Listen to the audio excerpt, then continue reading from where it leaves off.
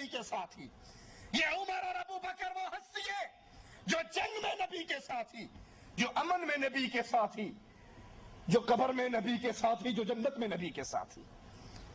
تم اگر نبی کو مانتے ہو تو نبی کے دو وزیروں کو ماننا پڑے گا، اور جو نبی کے وزیروں کو نہیں مانتا وہ حقیقت میں محمد کو نہیں مانتا صلی اللہ علیہ وسلم۔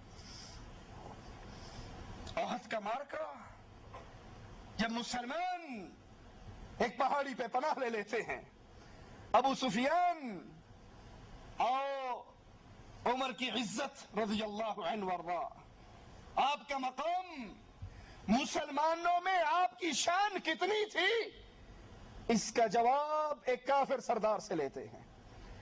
احد کے اندر ابو سفیان آتا ہے، آواز لگاتا ہے، ابھی تک کفار کی صف میں ہے، کلمہ نصیب نہیں ہوا، کہتے ہیں محمد زندہ ہے صلی اللہ علیہ وسلم۔ آقا نے کہا خاموش رہو، کوئی جواب نہ دے۔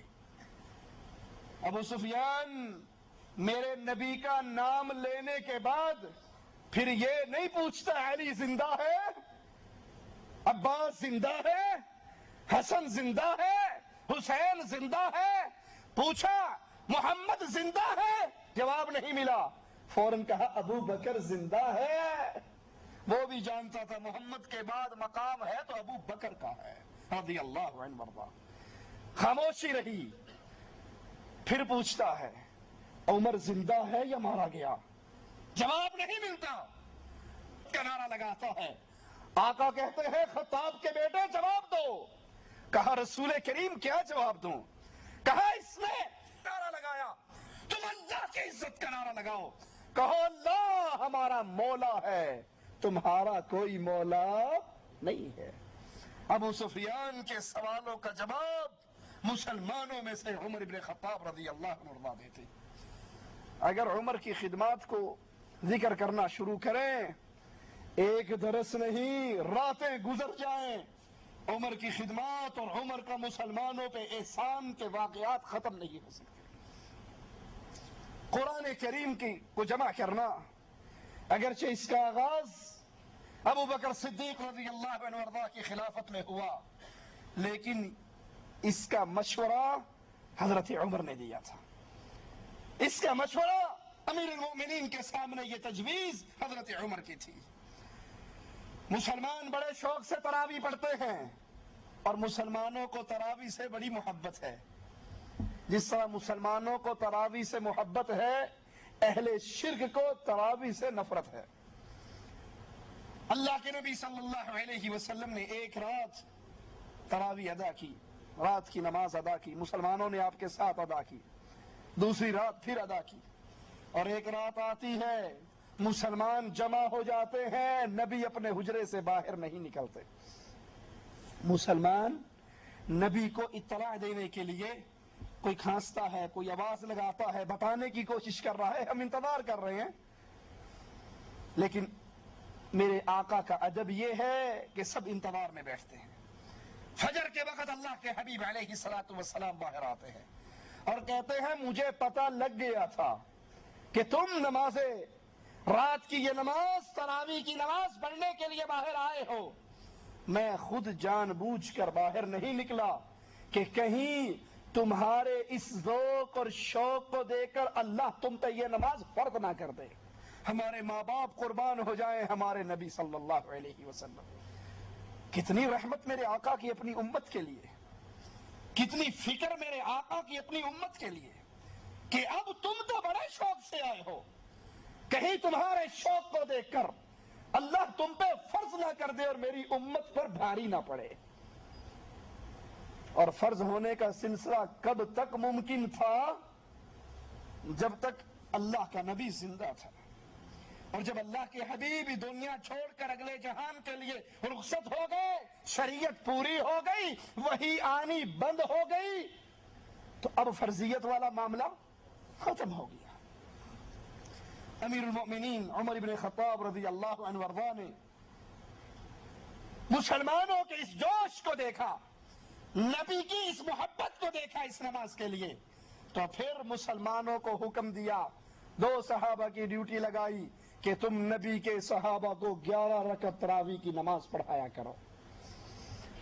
فاضل علوی کہتا ہے ایک رات تراویح کی نماز پڑھ لو، کہتا میرا توتا ہے، جواب ہے میں نہیں پڑھ سکتا۔ ہم نے تو پہلے کہا ہے اس نماز سے محبت اہل ایمان کو ہے، اسی لیے رسول کے صحابہ نبی کے انتظار میں بیٹھے رہے۔ کہتے ہیں یہ تراویح، کہتے میں نے مولوی سے پوچھا تراویح کیوں پڑھ دے ہو؟ وہ کہتا ہے امیر عمر نے دیتی سی۔ پھر امیر المؤمنین کی شان میں توہین کرتے ہوئے یہ خبیث کہتا ہے وہ تو اور بھی بہت کچھ دیا کرتے تھے۔ انا للہ و انا الیہ۔ مینوں ساری کائنات مرشد کھڑا ہو کے آکھے نا فاضل علوی ایک رات تراویح پڑھ، میرا توتا جواب میں نہیں پڑھا۔ میں ایک مولوی نو آکھیا گل سونا بندے دیا پترا، نہ رسول پڑھیے نہ سونے صدیق پڑھیے تے تسی ساری رات پریٹ کرا کرا کے بندے نو مار دیندے ہو، یہ تسی کتھوں لے ہیں؟ اگے سانو حضرت عمر دیتی ہیں۔ میں کہا وہ تو اور بھی بڑا کچھ دیندے سے نہیں سنے ہاں۔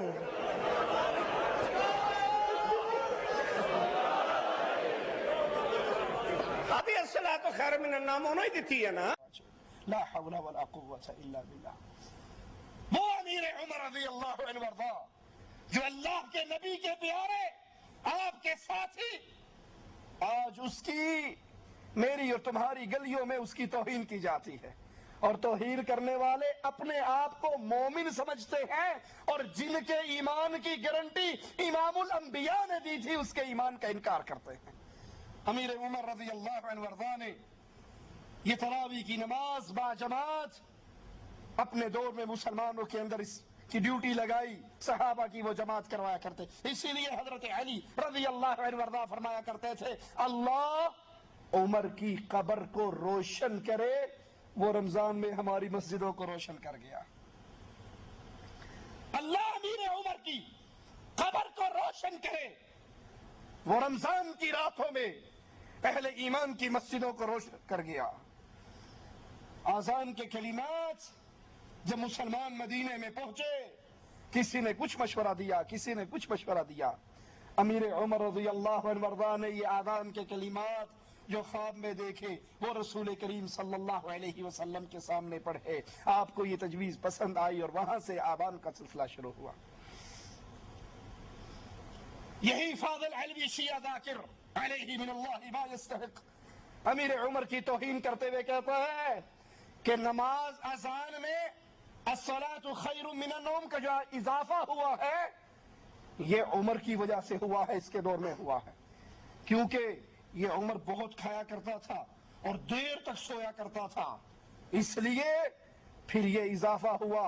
اس کو جگانے کے لیے یہ الفاظ کہے گئے۔ اے بچہ اٹھیا ایک ساڑی قوم بچیاں دے ذہن دیکھو، سید ہے نا ماشاءاللہ، پھر تو موجہ ہی ہے۔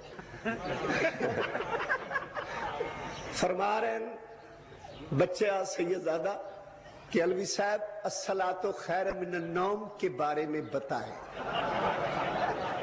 یعنی انہوں بھی ماسٹرہ نے کوئی ہور ہی لین دسی ہے، یعنی دکھی بچہ ہے نا۔ عزیز محترم نے سوال کیتا بیٹا دل دی تختی تے تویز بنا لے، الصلاۃ خیر من النوم، اے جڑے سن نا یعنی کہ یعنی ایک نہیں یعنی بڑے سارے کہتے کھاندے پیندے سی، بڑی دیر تک سوندے سی، بیٹھے ہو اور بھی بڑا کچھ کرتے سی۔ لا حول ولا قوة الا باللہ، انا للہ و انا الیہ راجعون۔ زکوٰۃ کی آمدنی کا اندراج کے لیے، اس کو جمع کرنے کے لیے امیر عمر نے بیت المال کا سلسلہ شروع کیا۔ جہاد اور جنگی خدمات کے لیے امیر عمر نے تمام غزوات میں شامل رہے، اور پھر ابو بکر رضی اللہ عنہ وارضا کے دور سے جو فتوحات کا سلسلہ شروع ہوا، عمر کے دور کے اندر وہ مزید پھیلتا رہا، یہاں تک کہ شام اور فلسطین کے دروازوں پر مسلمان پہنچے، عراق اور فارس کے دروازوں پر مسلمان پہنچے۔